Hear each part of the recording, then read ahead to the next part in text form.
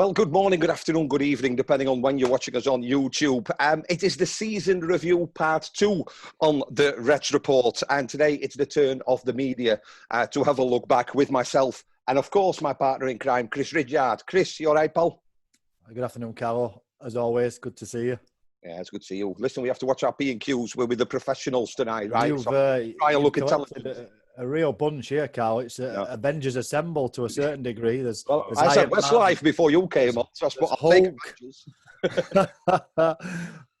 God forbid if Doug turns green on us. So let's go around then. First of all, from the Yorkshire Post, Leon Wopshell. Leon, you okay?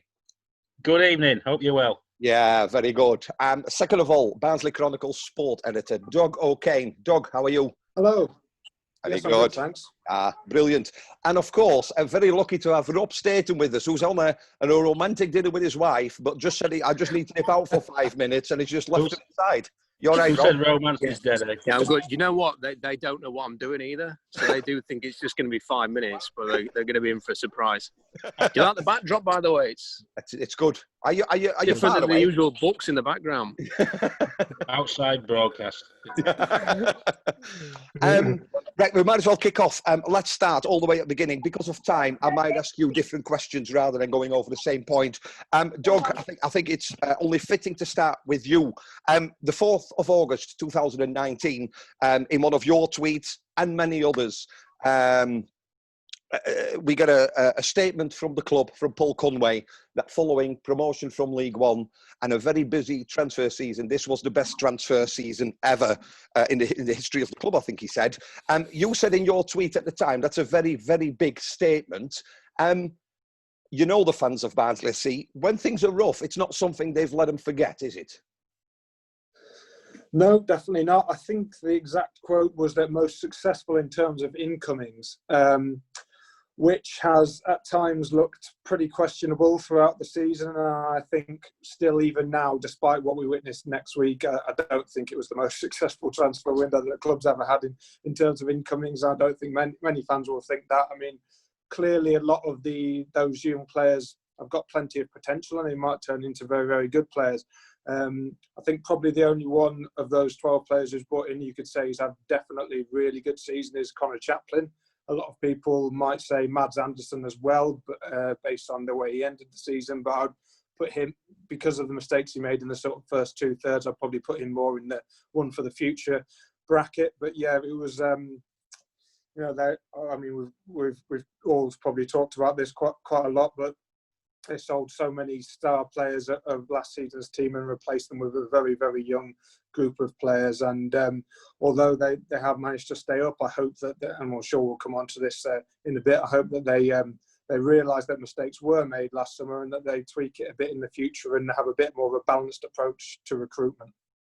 And Chris, as a fan, when you see the players coming in, many of whom we had to Google and use Wikipedia to find out where they played before and what exactly their sort of track record was. Did you have a feeling that Barnsley FC were aiming to just survive this division, or were they aiming to compete in this division this year, or the past season, should I say? Yeah, I think it was always a case of aiming to survive. You can't have a club so unstable that has to bring in 10+ players over the summer and expect them to get to a point where they're going to do anything other than survive. The fact we've survived is a mere miracle, really. And it almost looked like we were run out of time. By the time they got together and decided how we're going to play, and under Gerhard Struber, it almost felt like it all came together just at the right time. Any later, and obviously it would have been enough, Carlo. Yeah. Leon, at the start of the season, obviously, it's fair to say that many of the Barnsley fans were absolutely in love with Daniel Stendel after successfully getting us from League One back into the Championship with playing some really, really attractive football. First game of the season at Fulham, who were one of the favourites to go up, were beaten by a Thomas goal. But after that, results were hard to come by. Did you ever have the feeling that maybe with the signing, so in the first 10 matches or so, that maybe it was a step too far for Stendel, having not previously managed, and with the players finding it really hard in this division? I don't think it was without mistakes. I think fair to say in some games he probably did get tactically outwitted, but he always had the problem of, first of all, Barnsley lost 3 of the back 5 from the previous season, the best defence in League One by a fair way. They lost Adam Davis, they lost Liam Lindsay and Ethan Pinnock, and he was assigned with replacing them with players who didn't have any Championship experience, who really were learning on the job in one of the most notoriously difficult levels of football in Europe, let alone in England. So, yes, he did make some mistakes, but I thought it was a really hard gig in that first third of the season when Barnsley really did get punished. I remember doing the second game of the season against Sheffield Wednesday, the first away game for Barnsley, and Wednesday won comfortably. They won 2-0, but they weren't, by no means were they brilliant. They just had the savvy and the streetwise players in the right areas.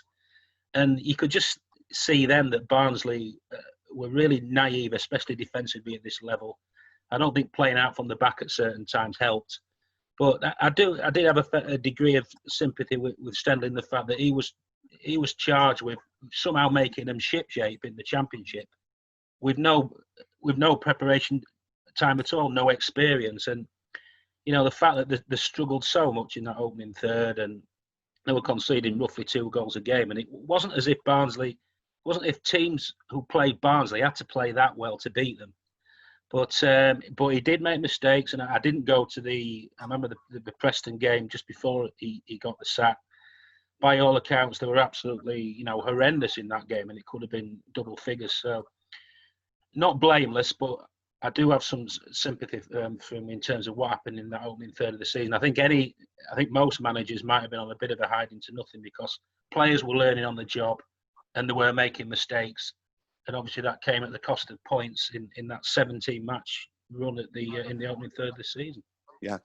Rob, a bit like you, I left Chris in charge of the Reds report whilst I took a well-deserved holiday to Fuerteventura with the wife. And on my second day there, my phone went absolutely berserk because Stendhal had gone. The initial reaction from the Barnsley faithful was immediately anti the board. Like, why would you sack him? We have to give him time. Those were the same fans that were whistling and booing when Barnsley sort of lost on the pitch. What was, from a neutral, if I can put it that way, point of view, what were the initial thoughts when Stendhal was sort of giving his, he was put on gardening leave, I suppose, but giving his marching orders from the first team? Yeah, I think from the neutral point of view, it was just that it really felt like he hadn't had a real opportunity to have a good go at the Championship. That it's a really tough league. It's fantastically difficult. I think many people refer to it as like the 5th hardest league in Europe. And then when you go up with a very young team, you then lose players, and then you don't bring in that experience. I think from the outside point of view, we were just saying, here's a manager who's had so much success in League One, got the team up, the fans love him, everything seems to be pulling in the right direction. And then because you've not backed him, he almost felt like a bit of a fall guy. That was from the outside, but in fairness, the way that it's all played out in the end, you can't really knock what they've done. They've found a real diamond in Gerhard Struber. The culture is fantastic. I mean, look, if you look at the teams around in Yorkshire who have had success over the last couple of years, your Sheffield United, your Leeds, their culture is fantastic. And if you look at the teams that have maybe struggled, Huddersfield coming down, Sheffield Wednesday, you could say culture-wise, there's a question mark there. And the thing that Struber has done is he's created this amazing culture with a young, energetic team, a lot that is going right for them. And that is created by the manager. And I think that managerial change, with hindsight, it's very easy to understand it. And given how they performed when Struber took over, I'm really interested to see what they do next year now, and what's going to be a really strange Championship season impacted by coronavirus. Teams that otherwise might have spent are not going to spend. And Barnsley, if they could keep this group together, have shown that, what's their form since Struber took over? It's like a top 8 team's form, isn't it? So who knows what they could do? Yeah. Chris, the fans were divided when Stendhal left. I remember coming back from a holiday, and obviously we were in the fan zone. You had the camp that was very much anti-board, saying, why have they let him go? He said he wanted experience and everything else. And you at the other side, you had the fans that saying, this is just not good enough. What camp were you in? I think there was far too much smoke and mirrors for me to be able to decide what camp I were in. And I'm still not convinced everybody knows fully what went off. I would imagine that some of these lads on here could have a great guess as to the ins and outs of what happened and led to Stendhal's departure. They probably know more than me and you. In terms of Stendhal leaving, you know, a man that took, you know, barely any points from 11 games, I think he was in charge. We were only heading one way, weren't we? You know, we sat in that press conference after games and, you know, it was dire, wasn't it? You know, the first 10 or so games. And I think I don't think the departure of Stendhal was surprising. I think what surprised me, which I'm sure you're going to come on to very soon, was the replacement in terms of, sure, you get rid of a man, you've got to have a man lined up. And it felt like it took an eternity to do so, even if we needed that eternity to get the right man. Yeah. Doug, the club put Adam Murray in temporary charge. Lots of people sort of saying, I mean, he was, I think, the highest qualified coach within the setup of Barnsley FC. So he took the reins. Was it about 5 weeks before Gerhard Struber came on? Did you ever think that it might have been Murray's gig for at least the rest of the season because it took so long? Yeah, I think he definitely had a chance of it. And who knows what would have happened if certain results had gone a different way. Their performances, I think, improved under him, certainly at the start of his 5 games. I think I've said before about that West Brom game away when they were 2-0 up. If Cauley Woodrow's head doesn't hit the bar, if it goes in instead, then who knows how the rest of the season would have played out. If they'd gone and won there, that might have started something a bit sooner, and maybe Murray might have had longer. I think there was definitely a sense within the club that he was a very popular figure and a talented coach, and they wanted to have the opportunity. But ultimately, you know, maybe they could have brought Struber in a bit quicker. We don't know the exact process and whether that was possible or not. But at the end of the day, he came in with enough time to keep them up in the table at the end of the season. So I wouldn't sort of all the things I would dwell on about the season, I probably wouldn't, you know, I haven't focused too much on that really. Leon, there is no doubt that the moment Gerhard Struber was appointed, his belief in this team has never wavered, has it? It was always, I remember the very first press conference saying he believes this team is good enough and has got the qualities to stay up. What were your initial thoughts? I mean, probably much like you know, you do your research on a new manager. What were your first impressions on those first sort of matches and press conferences when he had duty? What were your first impressions of the man? Well, I think first of all, the timing. I think things dropped into place for Barnsley. They obviously lost the game to Stoke. They had the international break. I think the fact that Wolfsburg got knocked out of Europe as well, that probably oiled the wheels, if you like, for Struber to come. So there was that timing aspect. And, you know, straight away, I remember the first game, I covered it at Blackburn. And Barnsley lost 3-2. And, you know, you could just see with certain tactical shifts, he'd put Chaplin on at half-time, put him in a central position. He had Cauley Woodrow in that deep lying role, which you know, showed he was a tactical brain and a sharp brain. But pretty quickly he actually identified what was wrong. I mean, the microcosm of Barnsley's season was the game against Blackburn. There's some schoolboy, or the opening third of the season, some schoolboy mistakes. So straight away, Struber knew what was wrong, and I think it was just a case of thinking, well, let's just get through to January. Let's hopefully chip away and get a few wins, which is what they did. And then we'll, as long as we're still in the game, we can try and do something about it and you know, get that experience figure in the back line. But straight away, you know, going forward, you could see that he was a smart coach, and that the players, even speaking to the players after those initial games, they all spoke really warmly of him as a guy, and clearly they really rated him as a coach as well. And so I just think straight away they knew this guy was someone that could really learn from and develop the game, and they were sort of writing on the same page, if you like. Yeah. And you know, they chipped away. The big win against Hull, was it the first win in 18, wasn't it? His first home game. I think that was a big moment. That provided a bit of belief. And then obviously they have the first away win at Millwall, the win at home to QPR. So he kept chipping away. You could see a style of play, was big on the gegenpressing, and it just developed from there. And you could see that he was a really talented guy. Rob, as January came, I can't remember a transfer season where, especially a January one, where one signing makes so much difference. We're not talking about Marcel Ritzmaier. And Solbauer comes in. We talked about some of the schoolboy errors that we've seen, and well, blatant, and even afterwards when we sit in that press room waiting, people saying it's just, we were all over them. It was a silly mistake. How would you describe the impact? Because not only was he a decent defender, he improved everybody around him, didn't he?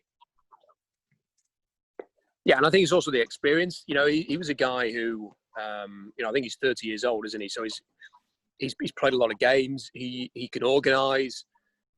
I just think that's something that they needed. It's something that they needed a lot earlier in the season. We all talked about it. I think the fans talked about it. They needed experienced players. The thing with him is that he didn't have specific championship experience, but that's not always necessary. I mean, how many players come into English football who've never played it before and have an impact? And he managed it. And I think that really any manager needs somebody who can almost be them on the pitch. They need somebody who can sort of get the message across, keep things organised. Just look into your younger teammate and saying, you need to be stood there from a restart or something like that. And if he was able to bring that, then it was an invaluable signing. And as you mentioned there, when I was talking to Barnsley fans, when the lockdown finished and football came back, who were the players, and I think everybody thinks of your Moats and people like that and how good they are.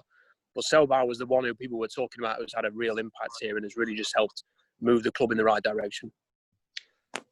Chris, when Solbauer was announced, how did you feel? I know when we took to social media, lots of people disappointed, saying he was another unknown, what we're going to do with 30-year-old. It almost seems like sometimes you can't please everybody, do you? Because we want experience, but that was the wrong kind of experience. And we want somebody older, but we don't want him that old. What did you make of him? First and foremost, he played at Europa League at the start of the season, and he'd been a pivotal part in a massive victory and a big draw in that competition. And obviously, a pedigree of a winner, be at whatever level, but at that level, a winner. However, I watched him at Charlton, and I was not convinced by him at all. And I don't think anybody was convinced by him in his first two games. And all of a sudden, he just developed into, well, he must have just settled, just a settling time, time of settling. But Rob just mentioned it there. Other players coming into England, they are successful, but sometimes it takes 6 months. You think that, you think about Man United's biggest era. You think about Nemanja Vidic and Patrice Evra. They had 6 months before they really settled in, and he's hit the ground running. 2 games, and then all of a sudden, absolute takeoff. Quite remarkable, really.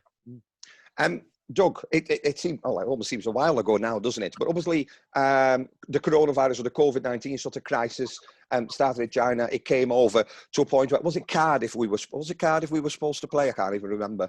QPR away. It was QPR. That's it. And obviously, football stopped for quite some time. And lots of interesting discussions on sport programs, in the paper, on the radio about how do you want to deal? And there were lots of polls and quite a few Barnsley fans sort of saying, let's write it off, and let's just start again next season. Because we were, 9 points from safety. So obviously, did you ever, when in your interviews with the club, did they always want to play on and play the season out and then play? Or was there ever a point that you thought maybe, they'd be quite happy to say, let's, nil and void it and start again next year? No, I think they always wanted to play it. I think from the players' side of things, I think they wanted to prove that they could get out of it, actually on the pitch rather than being get away with it basically. And everyone say, "Oh, you only stayed up because the season got cancelled, and you would have gone down if they played 46 games." And I think from a sort of boardroom level, there's a lot of financial factors to take into account with completing the season. In terms of television money that they'd have to give back and sponsorship deals, that would have been a big problem, I think. So I think, everyone within the club, as far as I could see, wanted to, thought it was the best thing to finish the season as soon as the lockdown started. Leon, the first game is QPR away. And I Yep. think the club were reminded by various sources for at least a week before we hadn't won there for about 70 years. Obviously, all the the matches were on TV, so fans could sort of join in through fans' noises and everything else.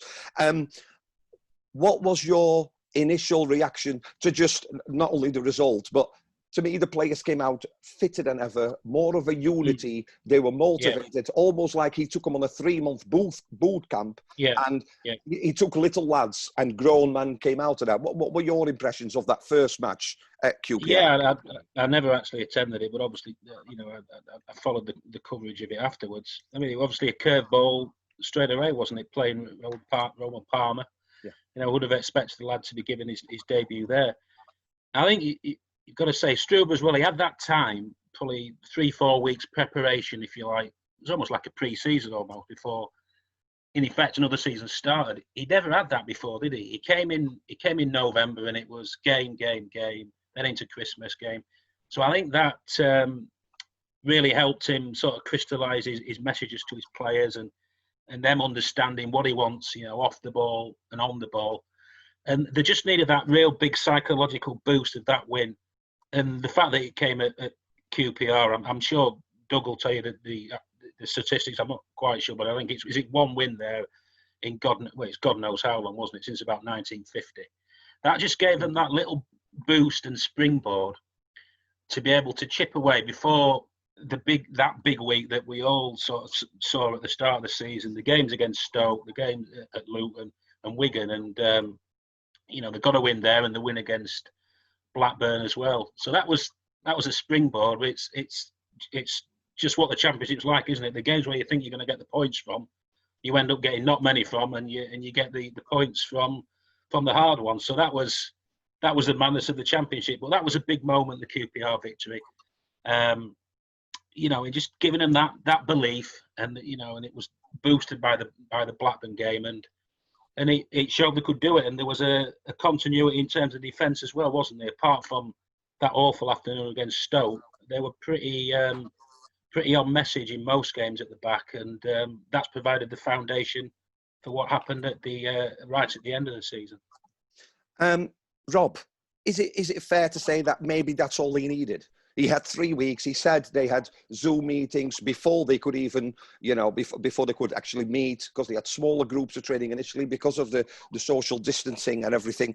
But it almost, and I'm not, talking down what happened during this Corona crisis, but the break almost seemed to be a benefit to Barnsley, because that losing mentality week after week and the low confidence was eradicated over the time when there were bigger worries, and when it was time for football to come, it was almost like a new season for that group of players. Yeah, I think Leon touched on it, is that he'd not had a pre-season, and if you speak to any manager who comes in during a season, he will always speak of his desire to get into the summer, and then that's when the real work can start. And the thing that I've been impressed with Struber is that he's got real clarity on what he wants to do. So he knows how he wants to play. He knows the type of players that he's looking to bring in.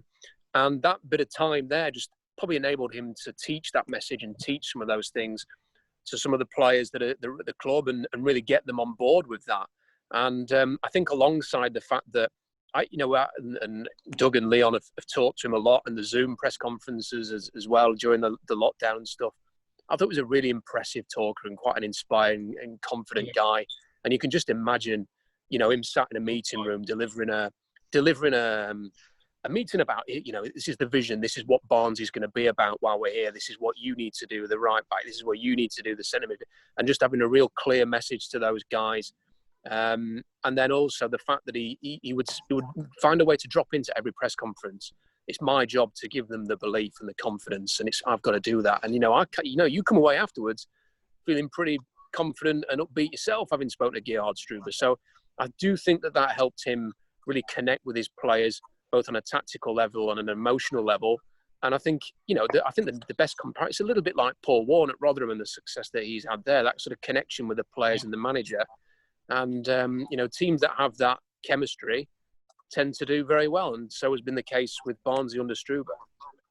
Chris, you weren't convinced, were you? We lost you a little bit after those 3 matches in that week, didn't we? The writing was on the wall. You you fell to the dark side a little bit. Absolutely, I'd stuck with him all season. It comes to that, that big week, and like Leon touched on it, we were diabolical at Stoke, weren't we?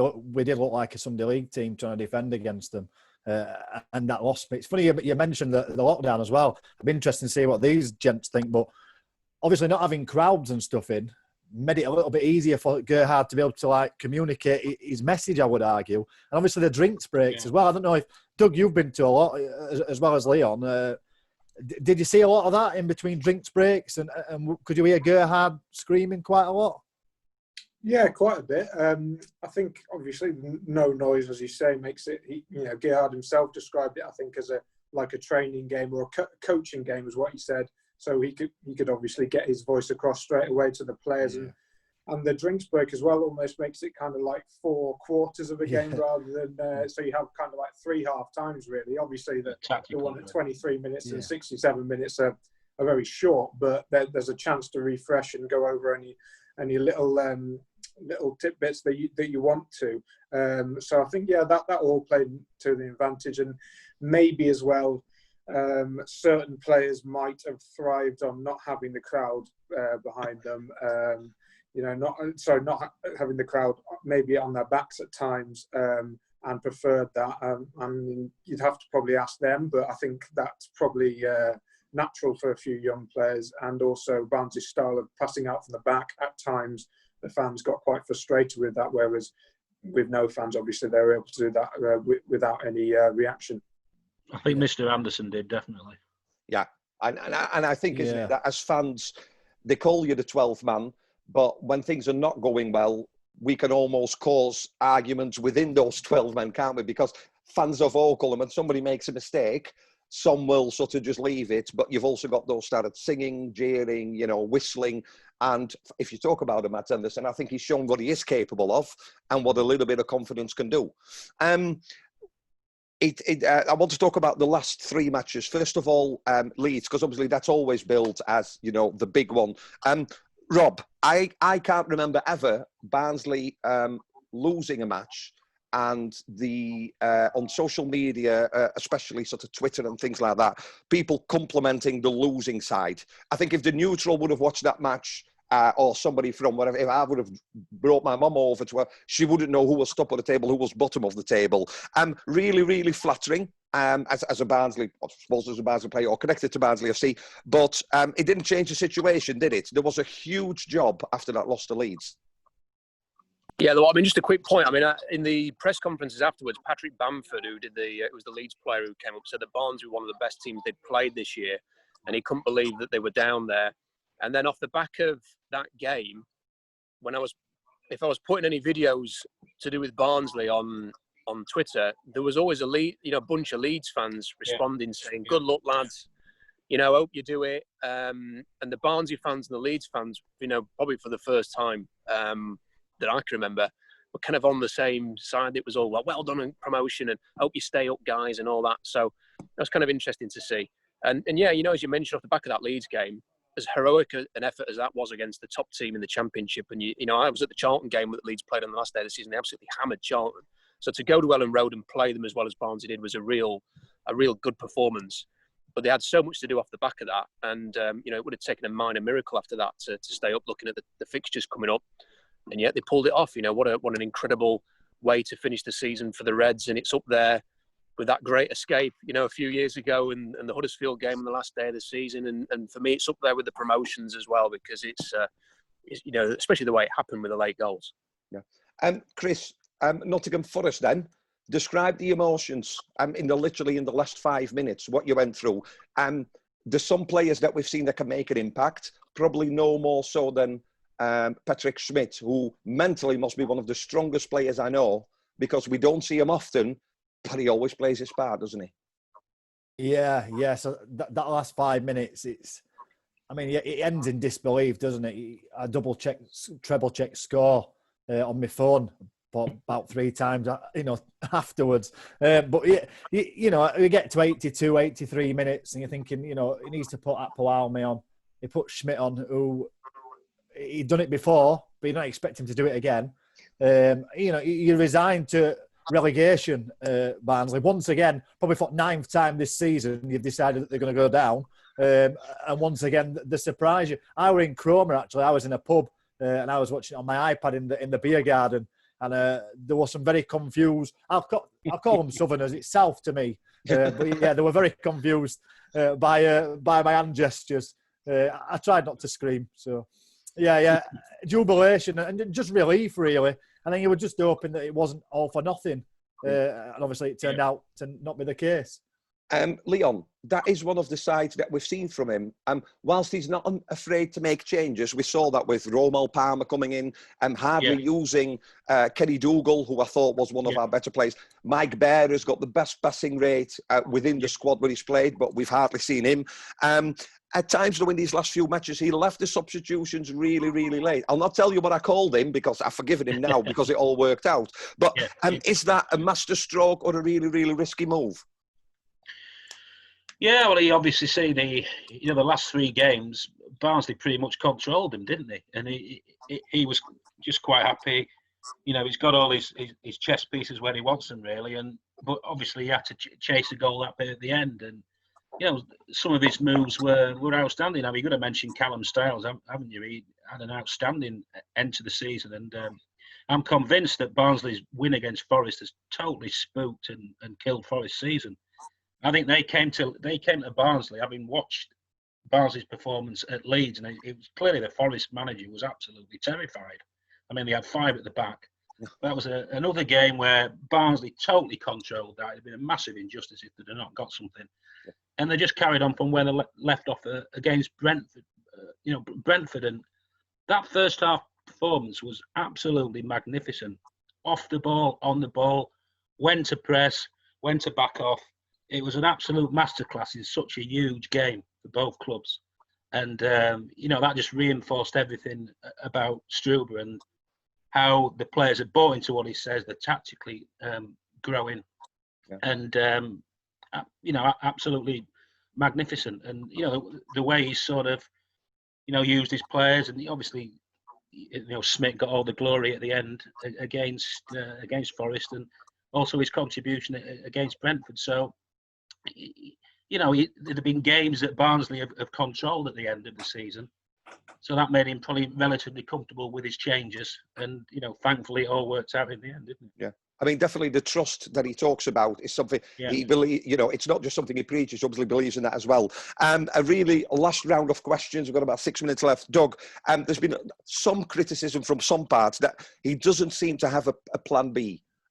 Obviously, sometimes changing, unable to change formation, influence. Is that fair when you see that the way we play against Leeds, Forest gone with 5 at the back, but we can still, by actually continuing plan A, break them down and eventually score the winning goal? I don't think it is fair, really. I would point to the Blackburn game, which I think I've discussed with you before. Wasn't working in the formation they started with, 3 at the back. It wasn't working with the players that they picked to start. He changes formation to wing backs. I think he brings on Killian Ludwig, who crosses, and another substitute, Connor Chaplin, heads in. So that is a clear example of him having a plan B, changing it and winning a game. From in that first 55 minutes, they didn't look particularly good, but as soon as he made those changes, they were on top and they won the match. I think an obvious plan B would be if they had a big striker to bring on, which they don't. They've had to use Apo Halme as a sort of emergency makeshift version of that, but he's obviously a centre-back. They've missed Kiefer Moore or someone like him, and I think that is probably one of the areas they need to strengthen. But no, I wouldn't say that about Struber in terms of that he doesn't have a plan B. I think he's made changes which have affected the game and got Barnsley the points they needed. Yeah. Rob, you cover a lot of sport, as the other guests do, in Yorkshire or South Yorkshire. Where would you rank? We've had some brilliant performances in South Yorkshire, haven't we? I mean, Chris Wilder, what he's done with Sheffield United, even as a Barnsley fan, you have to give the thumbs up. You look at what Warner's achieved in Rotherham.